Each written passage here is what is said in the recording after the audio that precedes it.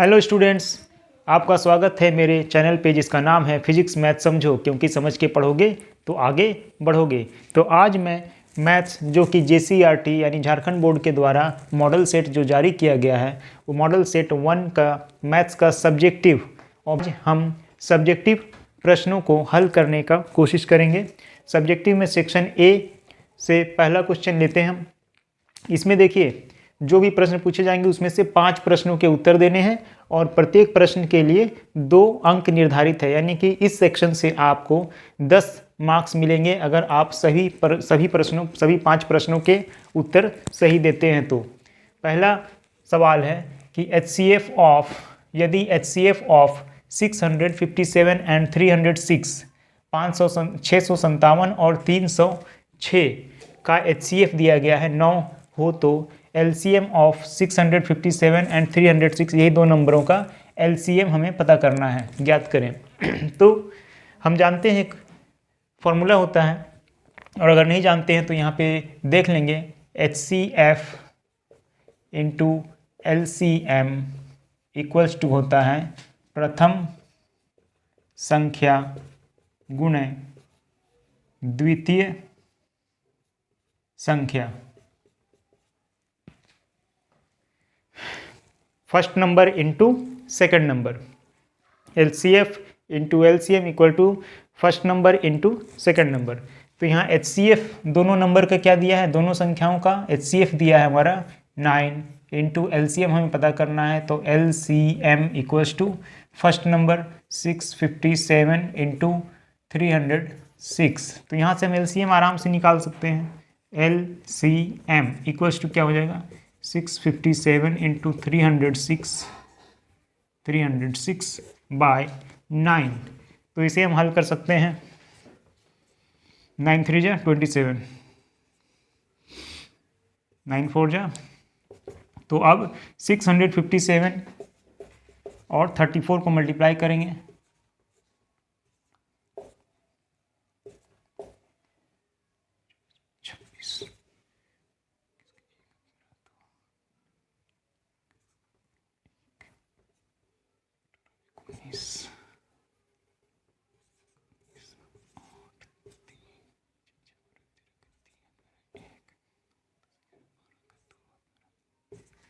हमारा आ गया 22338 आंसर। 22,338 इसका सही उत्तर है। ये सॉल्व हो चुका है। अब हम अगले सवाल पे चलते हैं। अगला सवाल है, यदि द्विघात बहुपद ज्ञात करें जिसके शून्यकों का योग और गुणनफल क्रमशः 4 और 1 है। क्रमशः शब्द का अर्थ अगर नहीं जानते होंगे तो यहाँ जान लेंगे। यहाँ 2 चीज़ें दी गई हैं, शून्यकों का योग और गुणनफल क्रमशः। क्रमशः का मतलब होता है जो पहले लिखा गया है योग वो 4 है और जो गुणनफल है वो 1 है। क्रम से, क्रमशः मतलब क्रम से। तो हम जानते हैं द्विघात बहुपद क्या होता है। फॉर्मूला द्विघात बहुपद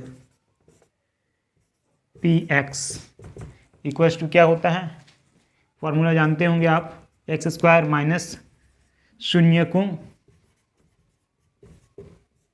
का योग इंटू x प्लस शून्यकों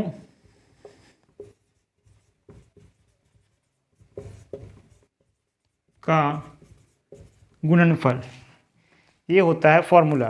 किसका फॉर्मूला, द्विघात बहुपद का। किसी भी द्विघात बहुपद का फॉर्मूला होता है x² माइनस, अगर शून्यकों का योग और गुणनफल दिया है तो उसके पदों में, in terms of some of शून्यकों के गुणनफल के टर्म्स में, x² माइनस शून्यकों का योग इंटू x प्लस शून्यकों का गुणनफल। तो x² शून्यकों का योग कितना है 4 है, तो माइनस 4x प्लस शून्यकों का गुणनफल 1। तो यही हो जाएगा हमारा answer, x² minus 4x plus 1। ये हो गया हमारा आंसर। अब हम लोग अगले सवाल की ओर चलते हैं। तो अब चलते हैं हम लोग अगले सवाल पर, क्वेश्चन नंबर 3। त्रिभुज ए बी सी में यदि कोण बी समकोण है, समकोण यानी 90 डिग्री है, तथा A B equals to B C हो तो सिद्ध करें A C square equals to 2AB square. तो एक त्रिभुज बना लेते हैं हम लोग। ये कोण बी, इसका नाम सबसे पहले दे देंगे, यहाँ ए, यहाँ सी। और क्या बोला गया है, A B equals to B C है, यानी ए बी और बी सी की जो लंबाई है दोनों बराबर हैं और कोण बी समकोण है। तो उन दोनों चीज़ों को हमने यहाँ पे ड्रॉ कर लिया है। तो हमें सिद्ध करना है A C square equals to 2AB square. तो पाइथागोरस थ्योरम से हम क्या जानते हैं, लिखेंगे पाइथागोरस प्रमेय से क्या होता है, A C square equals to AB square plus BC square. क्या होता है ये, कर्ण का वर्ग बराबर लंब का वर्ग प्लस आधार का वर्ग। तो यहाँ लंब, यहाँ कर्ण कौन सा है, AB, लंब AB और आधार BC। चूँकि यहाँ क्या दिया है, AB इक्वल्स टू BC, तो यहाँ हम AB स्क्वायर और BC को रिप्लेस करके हम AB स्क्वायर लिख सकते हैं। क्यों, यहाँ लिख देंगे चूँकि AB equals to BC। Clear है। तो अब हम यहाँ AB square plus AB square कितना हो जाएगा, 2AB स्क्वायर, हैंस प्रूव्ड। ये हो गया हमारा सत्यापन, A C square equals to 2AB square. अगला सवाल है हमारा क्वेश्चन नंबर 4, बिंदुओं ए बी तथा -a-b के बीच की दूरी ज्ञात करें। ये निर्देशांक ज्यामिति चैप्टर से है और उसमें आप लोग ज़रूर पढ़ेंगे दूरी सूत्र। दूरी सूत्र क्या होता है, दूरी सूत्र क्या होता है, रूट अंडर, इसे मान लेते हैं, लिखते हैं दूरी। रूट अंडर क्या होता है, x2 minus x1, x2 minus x1 plus y2 minus y1 का होल स्क्वायर। x निर्देशांकों का अंतर का वर्ग प्लस y निर्देशांकों के अंतर का वर्ग, और ये सभी अंडर रूट रहेंगे। तो x2 माइनस x1, तो x2 कौन हो जाएगा यहाँ पे, यहाँ देखेंगे ये हो जाएगा हमारा x1, ये हो जाएगा y1, ये हो जाएगा x2, ये हो जाएगा y2। क्लियर है। ये x निर्देशांक होता है और दूसरा वाला जो होता है कॉमा देकर के वो y निर्देशांक। ठीक उसी तरह से यहाँ भी। तो x2 का वैल्यू क्या है, -a, तो -a लिखेंगे। फिर -x1, तो x1 का वैल्यू क्या है, a का whole square plus y2, y2 क्या है -b, माइनस y1 क्या है b, तो -b का होल स्क्वायर, और ये सभी कहाँ रहेंगे, रूट के अंडर में रहेंगे। तो इसको हम क्या लिख सकते हैं, -a कितना होगा, -2a, और -2a का स्क्वायर 4a स्क्वायर, और माइनस माइनस प्लस हो जाता है, माइनस का वर्ग प्लस होता है, माइनस इंटू माइनस प्लस होता है। फिर यहाँ प्लस का साइन देंगे, -b यानी 2 माइनस 2b का स्क्वायर, तो 4b स्क्वायर हो जाएगा। अब यहाँ देखेंगे 4 यहाँ भी है और यहाँ भी है, कॉमन ले लेंगे, तो कॉमन ले लेंगे तो क्या हो जाएगा, 4 under bracket a square plus b square. अब रूट अंडर 4 है, इसको हम रूट से बाहर निकालेंगे तो ये क्या हो जाएगा, 2 under root a square plus b square. यही हो जाएगा हमारा आंसर, दूरी, distance between a and b, और distance between 2 points, 2 root under a square plus b square. अब सेक्शन ए के अंतिम सवाल पे हम लोग आ गए हैं। यहाँ पे वैल्यू निकालना है, 2 tan square 45 degree plus sine square 30 degree minus cos 60 degree. तो मान निकालेंगे, क्या हो जाएगा, 2 tan 45 डिग्री का वैल्यू तुम्हें पता होना चाहिए, क्या होता है tan 45 डिग्री का वैल्यू 1 होता है। तो 2 × 1 का स्क्वायर हो जाएगा, यहाँ स्क्वायर है, प्लस साइन 30 डिग्री का वैल्यू कितना होता है, 1/2 का whole square, minus cos 60 degree का वैल्यू भी क्या होता है, 1/2 का होल स्क्वायर। तो ये और ये कैंसिल हो जाएंगे, प्लस है और एक माइनस है, इक्वल है, 1 का स्क्वायर 1, तो 2 × 1 कितना हो जाएगा इसका आंसर, 2। क्लियर है। सिद्ध करें कि बाह्य बिंदु से वृत्त पर खींची गई स्पर्श रेखाओं की लंबाई बराबर होती है। यह एक प्रमेय है जो वृत्त से संबंधित है, और बाहरी बिंदु से वृत्त पर खींची गई स्पर्श रेखाओं की लंबाइयाँ बराबर होती है, इसे हमें सिद्ध करना है। तो इसे सिद्ध करने का तरीका क्या है, हमें क्या दिया गया है, सबसे पहले लिखेंगे दिया गया है। क्या दिया गया है, एक वृत्त दिया गया है जिसका केंद्र क्या होगा, O। तो O केंद्र का वृत्त और दो स्पर्श रेखाएं खींची गई है।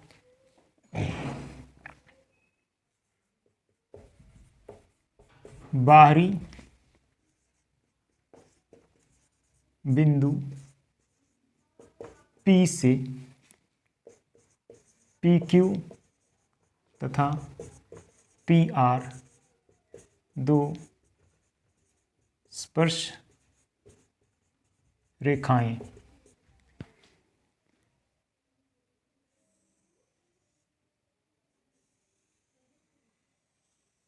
ये एक वृत्त है दिया गया है, ये O वृत्त का केंद्र है और बाहरी बिंदु P से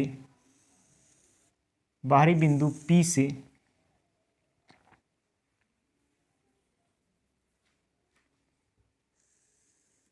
बाहरी बिंदु P से इस वृत्त पर स्पर्श रेखाएं खींची गई है। तो PR, PQ एंड PR दो स्पर्श रेखाएं हैं। हमें सिद्ध क्या करना है,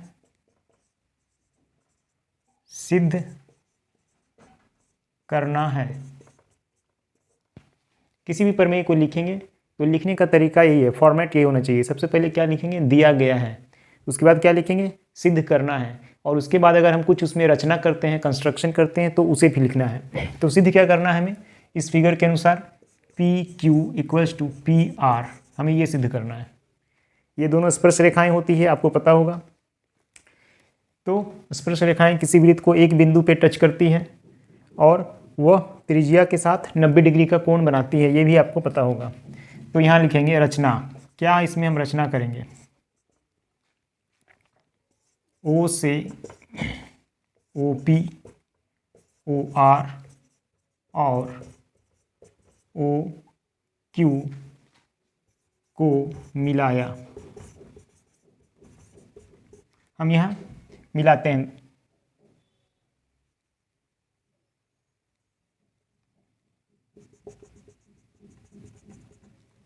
ठीक है। तो इस तरह से हमारा ये कंस्ट्रक्शन हुआ। अब क्या करना है, सिद्ध, प्रमाण। प्रमाण में हम क्या देंगे, यहाँ आप देख सकते हैं दो त्रिभुज बन रहे हैं जिसमें ये समकोण है और ये समकोण है। ये दो समकोण त्रिभुज हैं और दोनों का उभयनिष्ठ भुजा है PO, ठीक है। तो यहाँ लिख सकते हैं PO = PO। कैसे लिख सकते हैं, PO इस त्रिभुज के लिए भी और इस त्रिभुज, दोनों त्रिभुजों के लिए उभयनिष्ठ भुजा है। तो यहाँ लिखेंगे उभयनिष्ठ भुजा। अब क्या लिख सकते हैं, OQ = OR। क्यों, एक ही वृत्त की त्रिज्या है, एक ही वृत्त की त्रिज्या है। तो एक ही वृत्त की सभी त्रिज्याएं क्या होती है, बराबर होती है। तो OQ भी एक त्रिज्या है, OR भी उसी वृत्त की त्रिज्या है, तो दोनों क्या हो जाएंगे, बराबर हो जाएंगे। और क्या लिख सकते हैं, कोण OQP बराबर कोण ORP। कैसे, समकोण है, समकोण है, 90 डिग्री के हैं। तो ये तीनों शर्त सेटिस्फाई हो रहे हैं, इसका मतलब ये दोनों त्रिभुज सर्वांगसम है। इसलिए त्रिभुज OPQ सर्वांगसम त्रिभुज OPR। अब सभी अंग समान जब हो गए, सर्व अंग सम, उसी को कहते हैं सर्वांगसम। सर्व मतलब सभी, अंग मतलब इसकी भुजाएं और कोण, और सम मतलब बराबर। तो सभी इसकी भुजाएं और कोण बराबर हो गए, तो इसलिए हम लिख सकते हैं PQ = PR। प्रूफ, यही हमें प्रूफ करना था, PQ = PR। तो इस तरह से ये प्रूफ हुआ। अब आगे चलते हैं हम लोग नेक्स्ट क्वेश्चन की ओर। हमारा अगला सवाल है क्वेश्चन नंबर 7। 20 बल्बों के एक समूह में 4 बल्ब खराब हैं। इस समूह में से एक बल्ब यादृच्छिक निकाला जाता है। इसकी क्या प्रायिकता है कि यह बल्ब खराब हो, यह बल्ब खराब नहीं हो? तो आप समझ गए होंगे, यह प्रायिकता चैप्टर से दिया गया है। और इस यहाँ पे बल्बों की संख्या कितनी है, कुल संख्या कितनी है? 20। और इस समूह में 4 बल्ब खराब हैं। ठीक है, तो यहाँ लिखेंगे, पहला क्वेश्चन है यह बल्ब खराब हो। हम यादृच्छिक मतलब कि रैंडमली किसी क्रम में नहीं, यादृच्छिक मतलब क्या होता है? किसी क्रम में नहीं, जैसे तैसे को क्या कहते हैं? यादृच्छिक। तो कहीं से भी एक बल्ब मैंने उठा लिया और क्या प्रायिकता है कि यह बल्ब खराब हो? तो हम जानते हैं ये फॉर्मूला क्या होता है, PE इक्वल्स टू PE यानी probability of event equals to अनुकूल परिणामों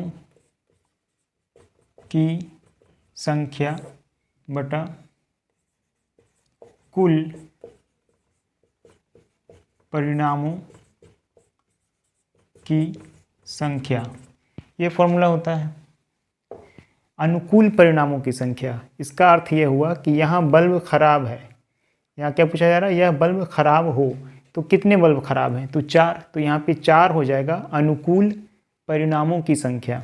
ठीक है, तो अनुकूल परिणामों की संख्या 4 बटा कुल परिणामों की संख्या। तो कुल कितने हैं? 20।